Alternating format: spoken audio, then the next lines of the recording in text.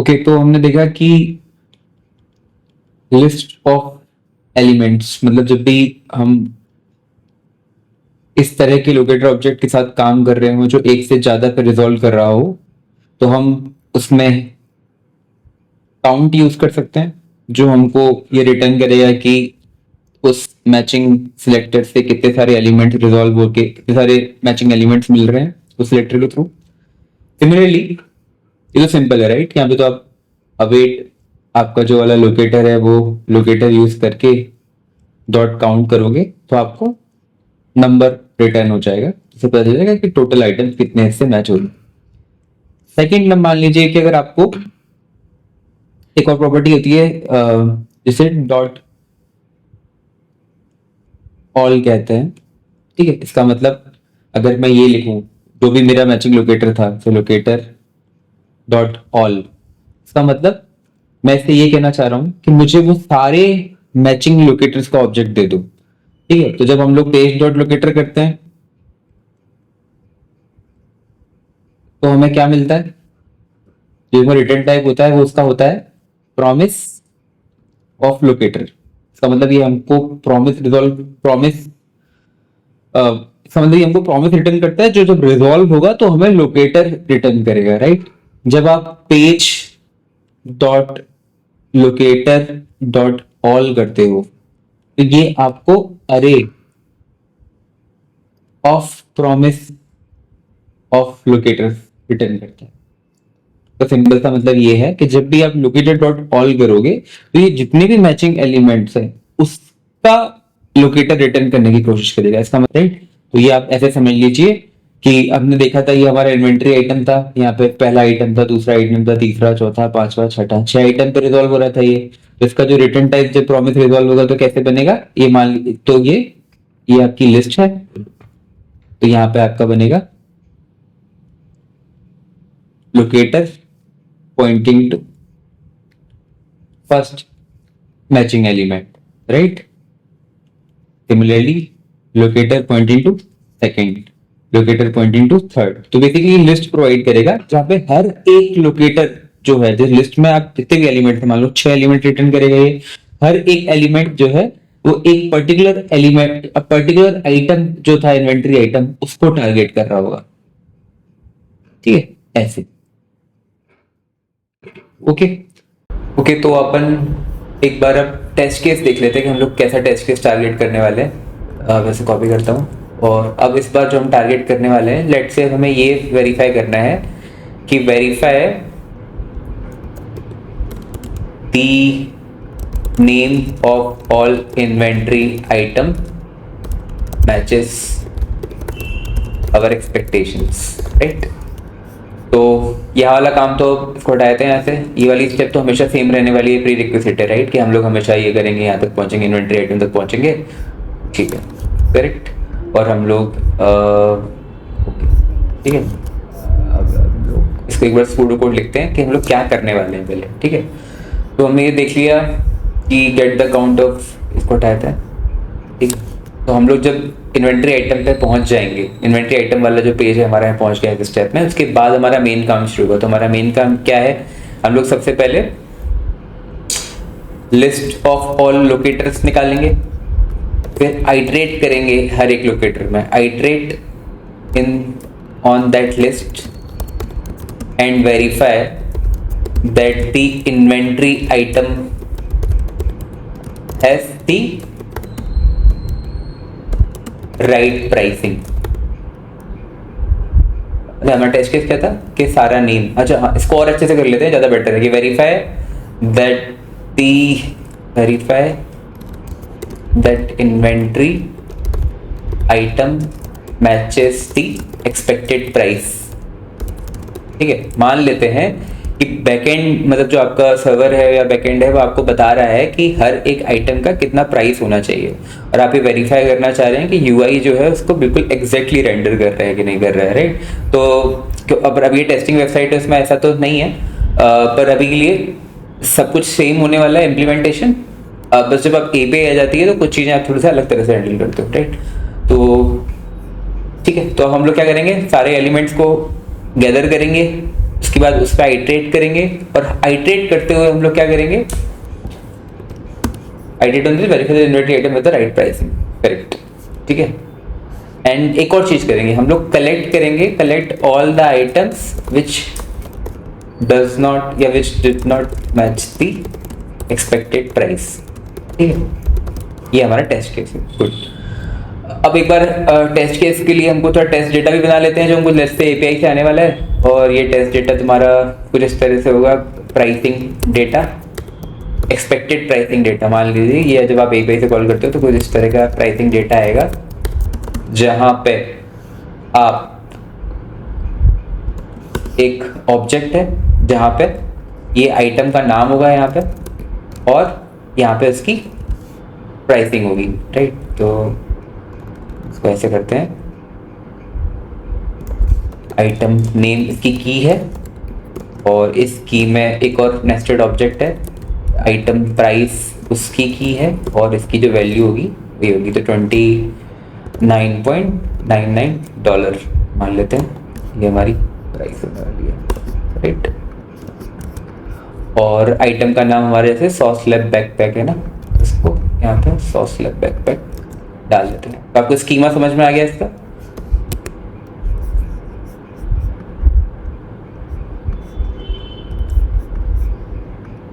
Okay, चलते हैं, ठीक है। तो आपको टेस्ट डेटा समझ में आ गया। टेस्ट डेटा काफी सिंपल है, राइट। तो इसी तरह का टेस्ट डेटा हुआ आपके पास, कहीं भी कंपेयर करना होगा तो आप ऐसे ही कंपेयर करोगे ना, आप एक बार जाके देखोगे कि भाई मेरा जो भी टेस्ट डेटा है उसमें क्या प्राइस मेंशन है इस पर्टिकुलर ऑब्जेक्ट के लिए, तो हम लोग उसी चीज को वेरीफाई कर रहे हैं। सिमिलरली इसे ये एक है, हम इसको दूसरा डालेंगे। अभी के लिए मैं टेस्ट 2 ही लेके चलता हूँ, और हम लोग पहले 2 के लिए सॉल्व कर लेते हैं, तो इससे आइडिया लग जाएगा। इसकी आइटम प्राइस कितनी है, $15.99, ठीक है। ये आपका टेस्ट डेटा है। इस टेस्ट डेटा को हम टेस्ट से बाहर निकाल के यहाँ रख लेते हैं, इससे टेस्ट लौटा देते हैं, ठीक है। ये आपका एक्सपेक्टेड प्राइसिंग डेटा हो गया, ओके। ये आपके प्राइस इसका नाम हो गया, और ये हो गया, ठीक है,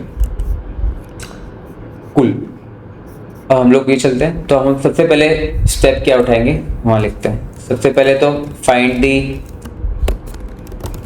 right locator which targets all the inventory item container, क्योंकि अब हम लोग तो 2 तरीके हो सकते हैं।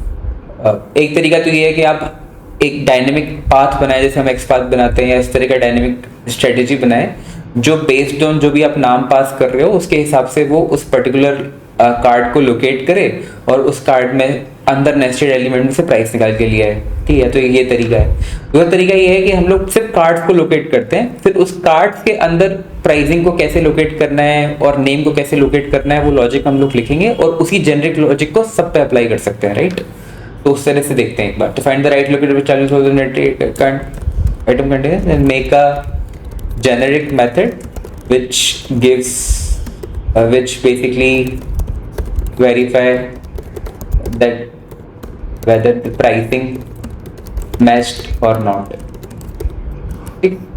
तो थोड़ा इम्प्लीमेंट करते हैं, कुछ करेक्शन करना हो तो हम लोग कर लेंगे। ओके, सबसे पहले तो इन्वेंट्री लिस्ट आइटम्स का हम लोकेटर बनाते हैं। ये होगा अपना पेज डॉट लोकेटर, हमने शायद देख रखा था पहले, वापस देख लेते हैं।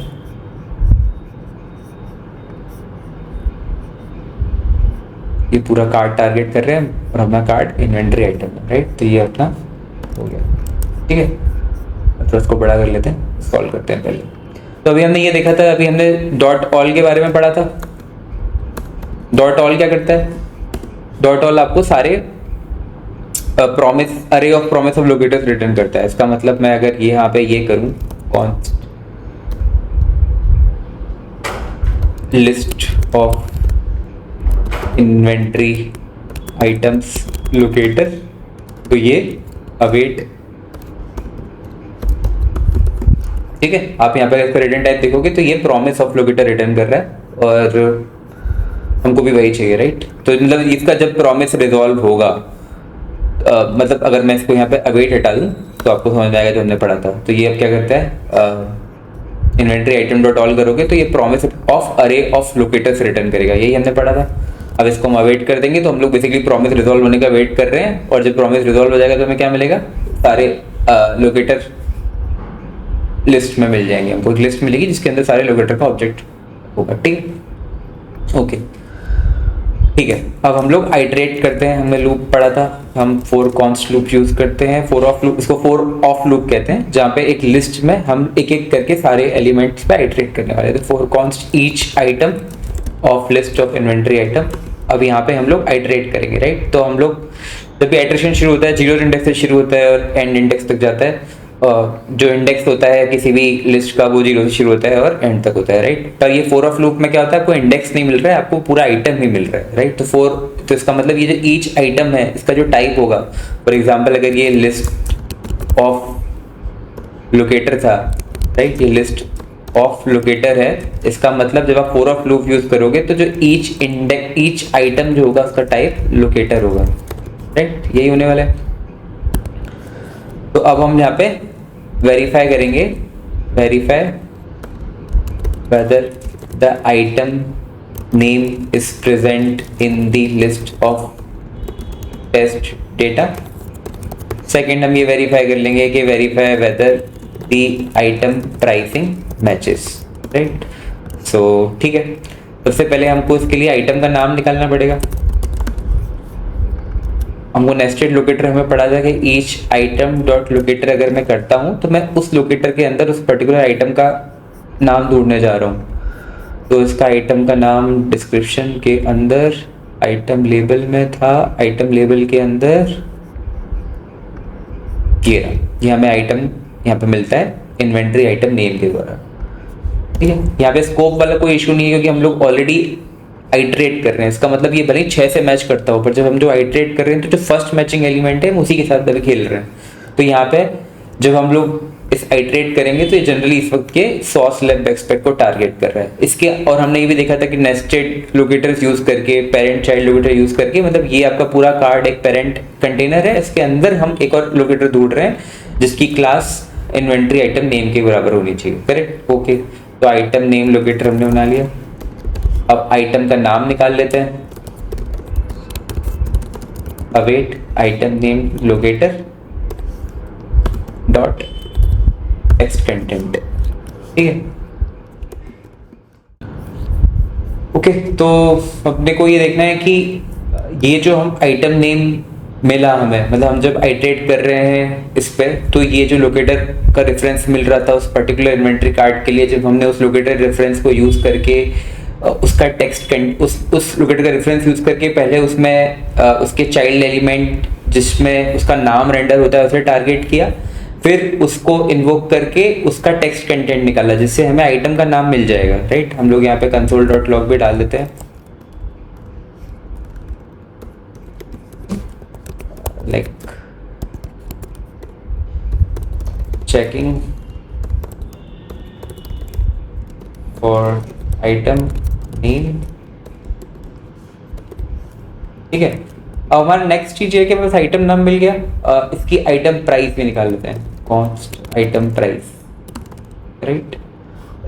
सिमिलरली जैसे कि हमने इसका नाम निकाला था जब हमारे पास उसका पेरेंट एलिमेंट मिल गया था, सेम पैटर्न्स पे हमें उसका प्राइस भी निकालना होगा, राइट। तो अब मैं लिखता हूँ const item price locator equal to each item dot locator. अब हम इसके प्राइस का एलिमेंट निकाल लेते हैं। तो इसका प्राइस का एलिमेंट ये है, इसका प्राइस का एलिमेंट इन्वेंट्री आइटम प्राइस है, इसका टेक्स्ट कंटेंट में डॉलर भी मिलता है और 29.99 भी मिलता है, राइट। तो इसको इन्वेंट्री आइटम प्राइस का क्लास है इसका, अच्छा ये वाला क्लास है इसका, ओके। हमने पहले ये वाला क्लास निकाला, ओके। इससे हमें इन्वेंट्री आइटम प्राइस का लोकेटर मिल गया। अब हम इस लोकेटर में से अगर टेक्स्ट कंटेंट निकालेंगे तो हमें उसकी आइटम की प्राइस स्ट्रिंग मिल जाएगी, ठीक है, okay. Checking for item whose price from UI is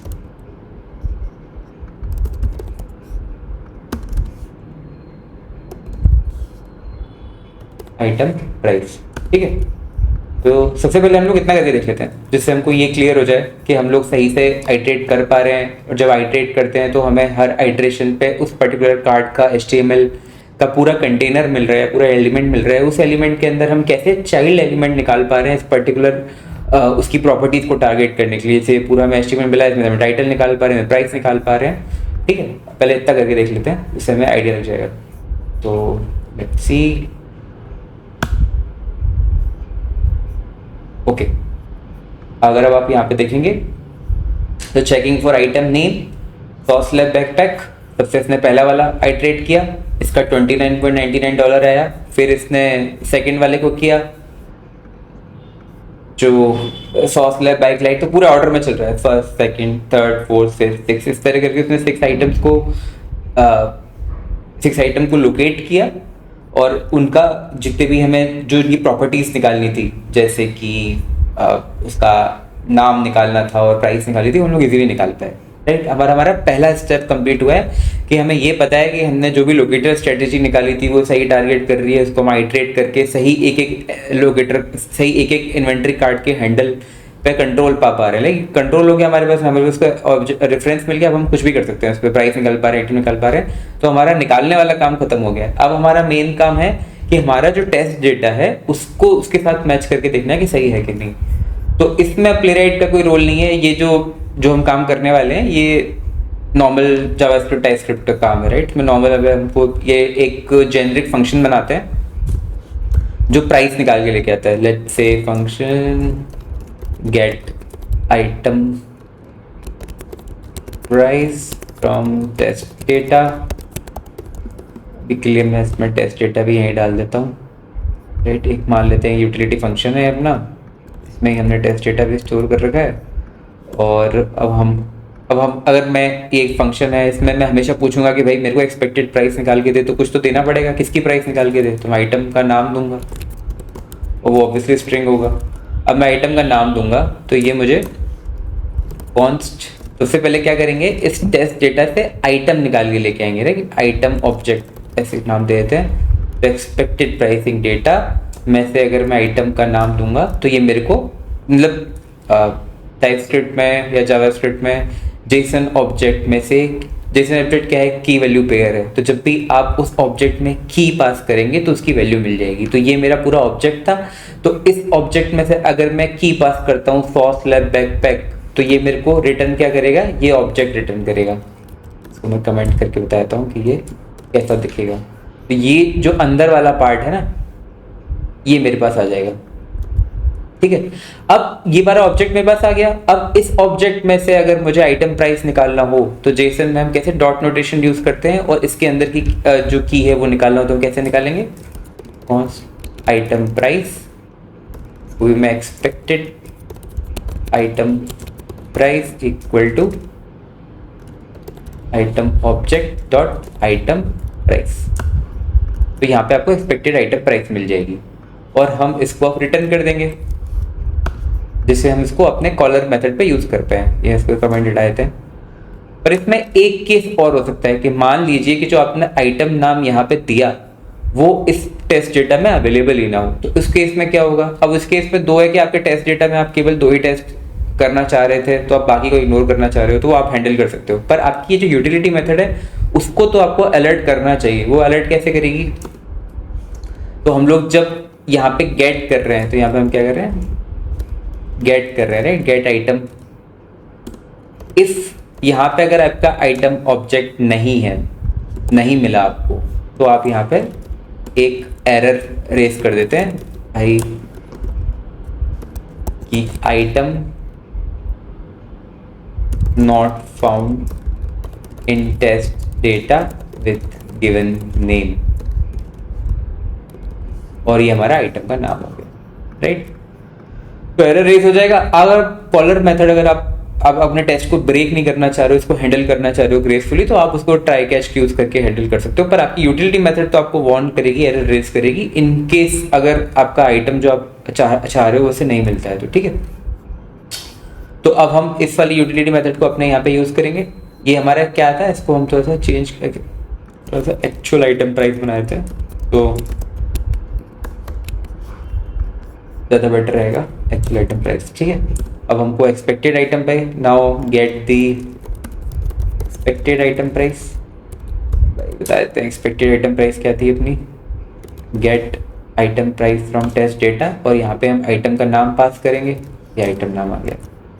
correct. अभी आपको बोलेगा कि ये नल पास नहीं होता था क्योंकि हमने क्या बोला, इसका स्ट्रिंग बोल रखा है, स्ट्रिंग और नल। तो उसमें ये जो इसका ये कहने का मतलब है कि जो आइटम में हम टेक्स्ट कंटेंट निकालते हैं, इसका रिटर्न टाइप अगर आप देखोगे तो promise of string of null है।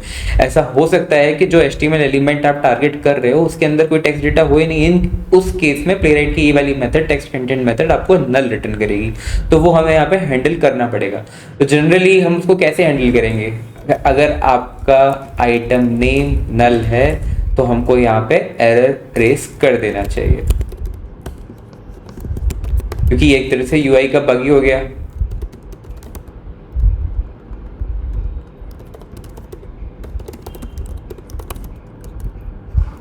करेक्ट, क्योंकि यूआई में आइटम नेम तो निकलना ही चाहिए। तो या आपका लोकेटर में कुछ इशू है, या आपके यूआई में हो सकता है कि वो उसका टाइटल ही खाली रह गया है, कुछ रेंडरिंग में इशू हुई है, आपके बैकएंड में एक ऑब्जेक्ट के लिए टाइटल ही नहीं आया, तो आप सारे इशू यहाँ पे पकड़ पाओगे। राइट, तो आइडियली इस तरह से हम इसको पकड़ेंगे।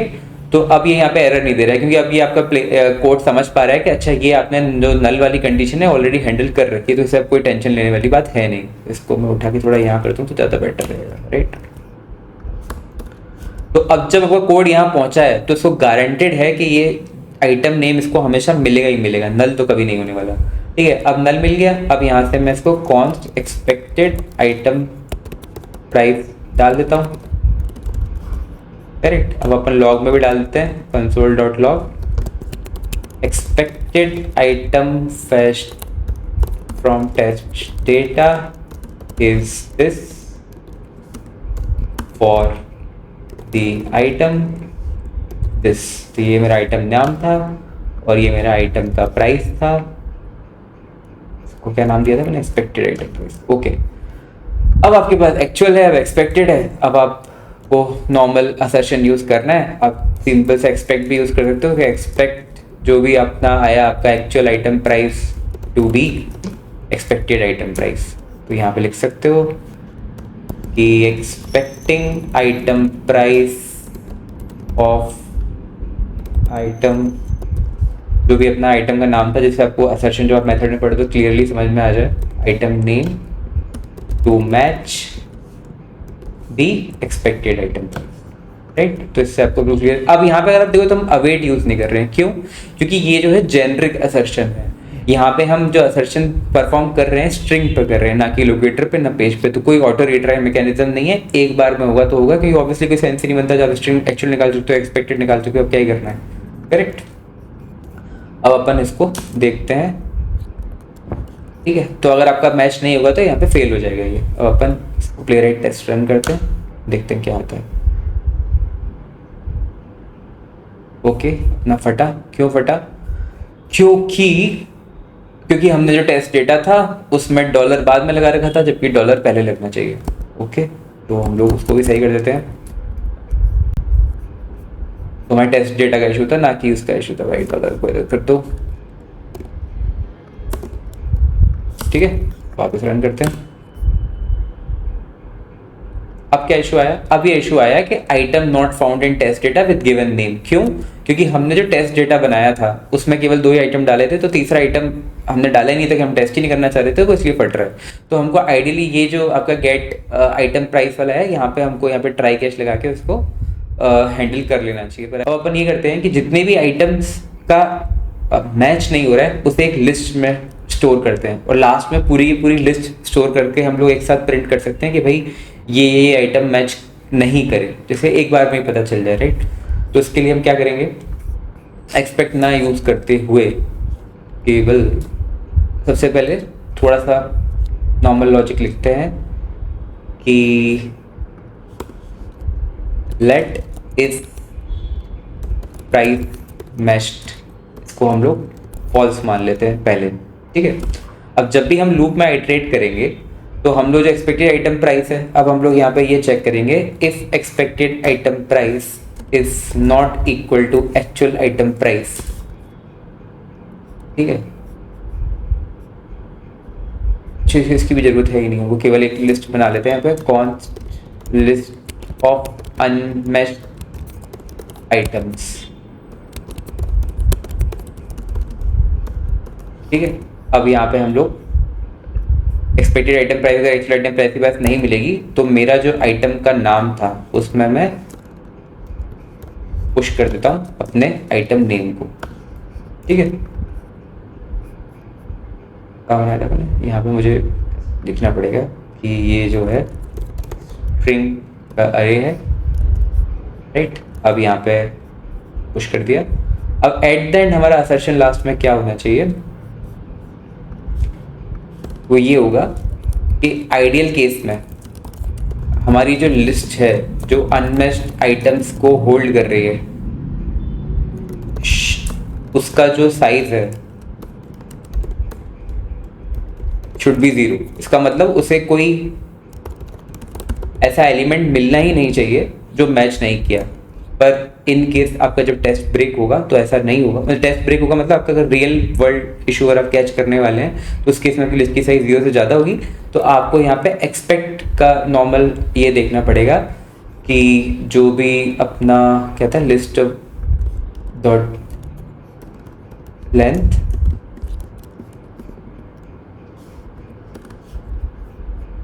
राइट नंबर रिटर्न करता है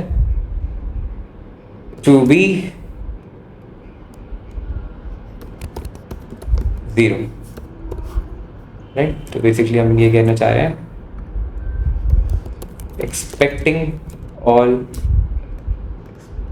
list of unmatched items to have size as 0, वो ऑब्वियसली नहीं होगा।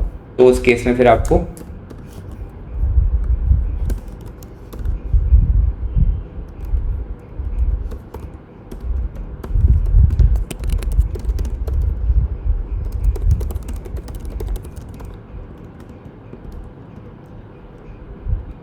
जो प्रिंट कराए थे अब देखते हैं, तो इससे हमें पूरा लूप भी पूरा पुश हो जाएगा और लास्ट में पता चल जाएगा कौन सा नहीं मिला।